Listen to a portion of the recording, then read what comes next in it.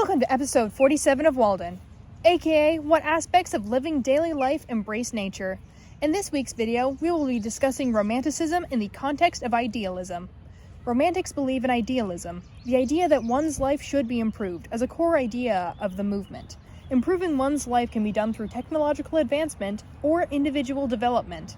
Through my research, I came to the conclusion that the best way to improve American society is through individual improvements rather than starting with technological advancements. So why would running into the woods make your life better? In Emerson's essay, Nature, he speaks of how nature helps a person. The lover of nature is he whose inward and outward senses are truly adjusted to each other, who has retained the spirit of infancy even into the era of manhood. From paragraph 7. Nature allows someone to retain their appreciation and awe of life as they continue to grow, improving one's life through looking at the world in a different way. Using a change of mindset to improve one's life is an example of this individual-focused idealism. The romanticism idea of abandoning your life to live in the woods is used as a way to make someone reflect and thus grow as a person. What if you want to improve the world outside of just your own personal experience? To fix larger problems than those in your own mindset. Individual idealism's benefits can extend beyond one person's life. As Thoreau once said in his essay, Civil Disobedience, improvement is slow, because the few are not materially wiser or better than the many. From paragraph 9. The lack of progress caused by those in charge not being wiser than the many pushes the idea that progress may be brought on through the few becoming better as individuals. Improving oneself is essential towards progress as a society, according to Thoreau.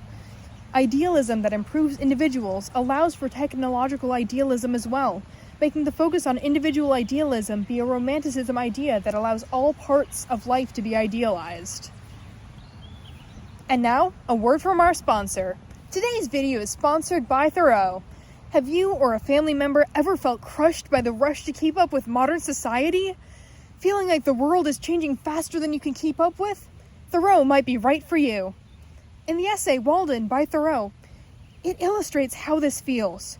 Thoreau writes that we do not ride upon the railroad, it rides upon us. This sense of technological innovation overwhelming one's life is precisely what we aim to stop. Romanticism allows you to focus on idealism, improving your life without causing new problems in the process.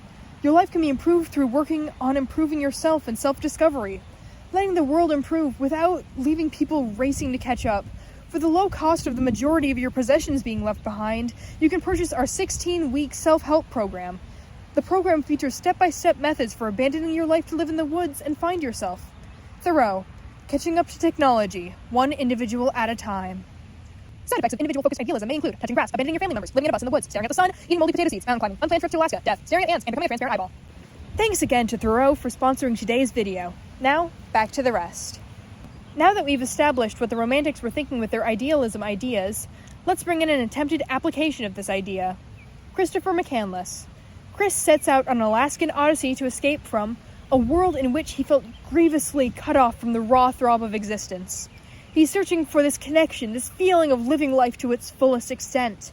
It's clear he values idealism, the idea that one's life can and should be improved on. He does this through leaving behind his possessions and running into the wild. His idea of improvement follows the same approach we've been talking about, prioritizing his journey of self-improvement at the cost of his own life in the end.